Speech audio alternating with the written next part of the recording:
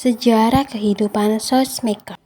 Prof. Charles Foster Wolff Sosmaker dan Prof. Richard Leonard Arnold Sosmaker, arsitek bersaudara multitalenta yang terkenal dalam sejarah arsitektur kolonial di Indonesia.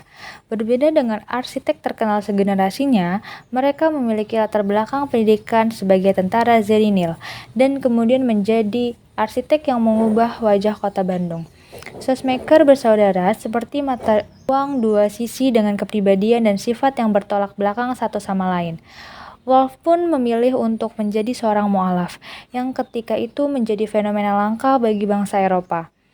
Namun, dalam hal bakat, mereka memiliki latar belakang dan kemampuan yang sama, sebagai olahragawan, ilustrator, pelukis pematung, tentara, arsitek, politikus, profesor, dan mengabdikan hidup mereka untuk pendidikan di teknik di kota Bandung. Sosmaker bersaudara adalah tokoh penting dalam dunia arsitektur Hindia Belanda, terutama dalam pembangunan kota Bandung. Salah satu karya dari Sosmaker adalah Gedung Concordia atau sekarang disebut dengan Gedung Merdeka, yang kemudian digunakan sebagai tempat pelaksanaan konferensi Asia Afrika. Selain itu, Hotel Pranger dan Villa Isola juga merupakan karya seni dari Sosmaker. Lebih dari itu, Wolff Sosmaker yang juga dosen dan mentor Bung Karno di Teknisi Hogeschool to Bandung atau sekarang menjadi ITB, telah memberikan pengaruh besar kepada Bung Karno dalam bidang arsitektur.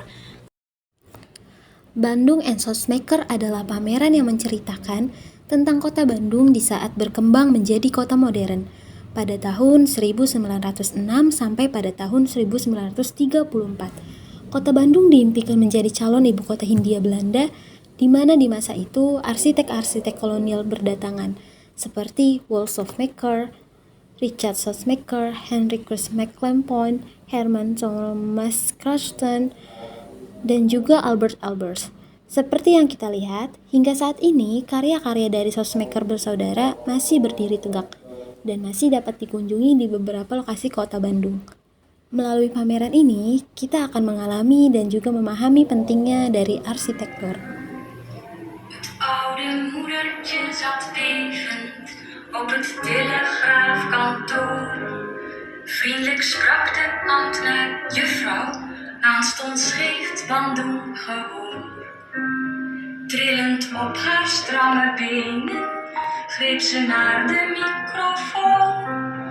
En toen hoorde zij, oh wonder, zachte stem van haar zoon.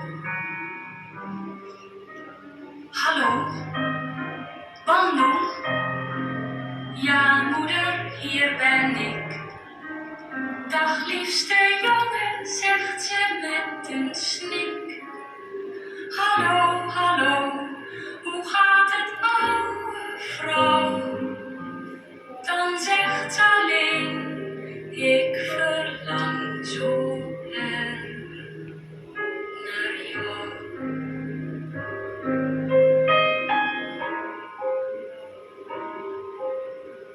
Lieve jongen, zegt ze teder, ik heb maandenlang gespaard.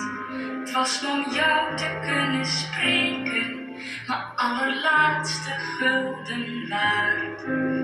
En ontroerd zegt hij dan, moeder, nog 4 jaar, dan is het om. Oudje lief, wat zal ik je pakken, als ik weer in Holland kom? Hallo, Bandung.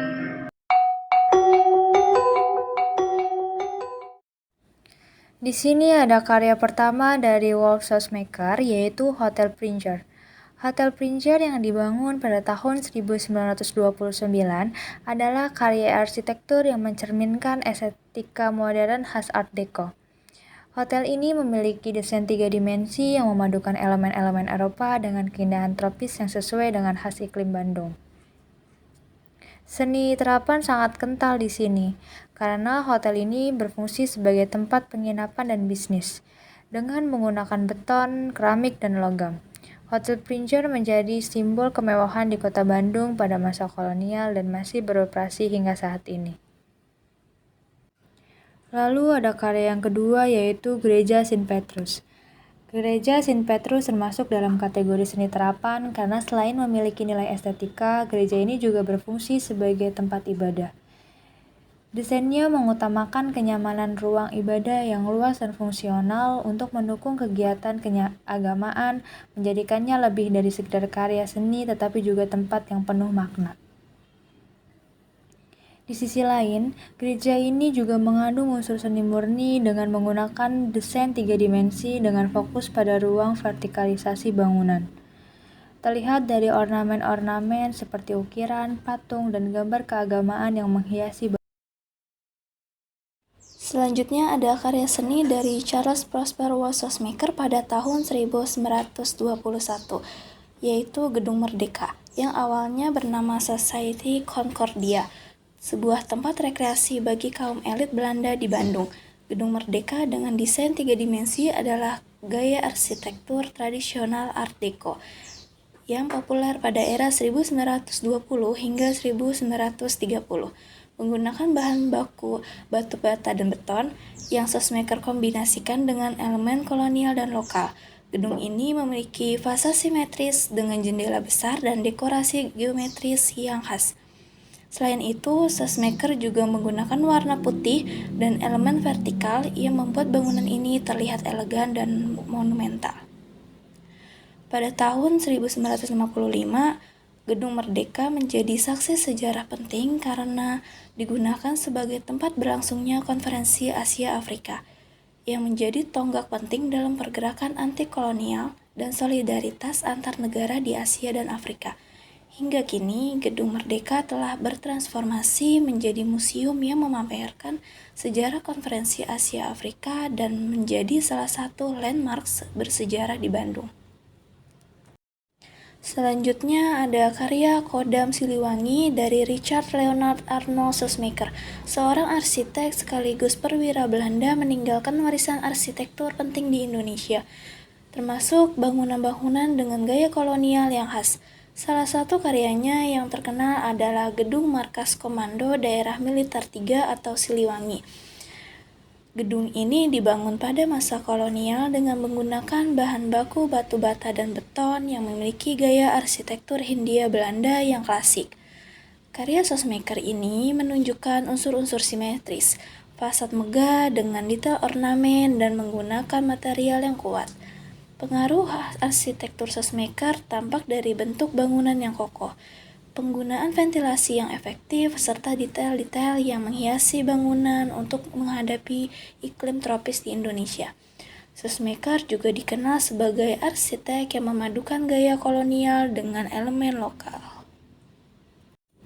Selanjutnya di samping saya ada karya dari Wolff Sosmaker, yaitu Masjid Siliwangi.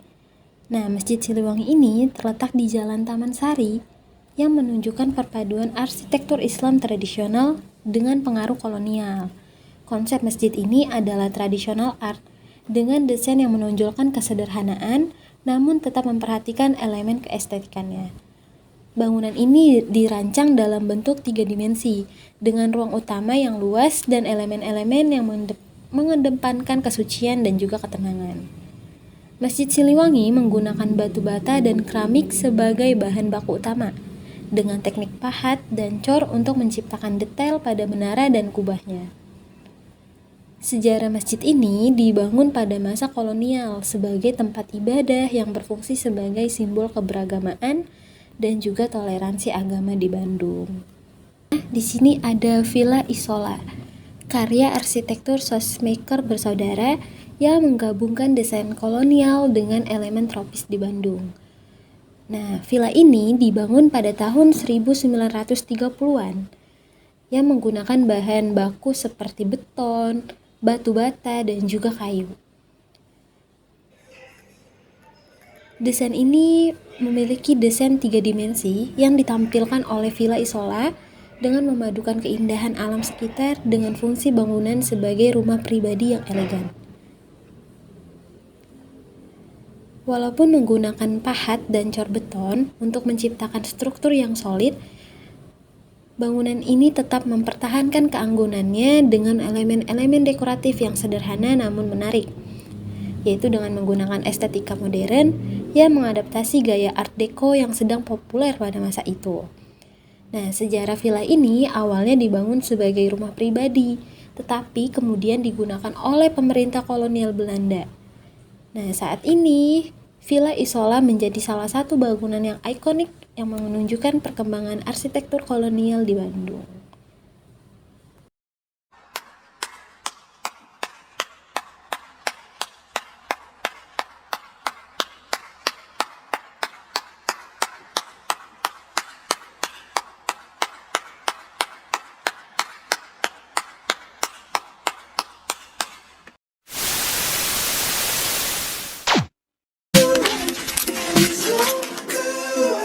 I'm chasing fire when I'm running after you.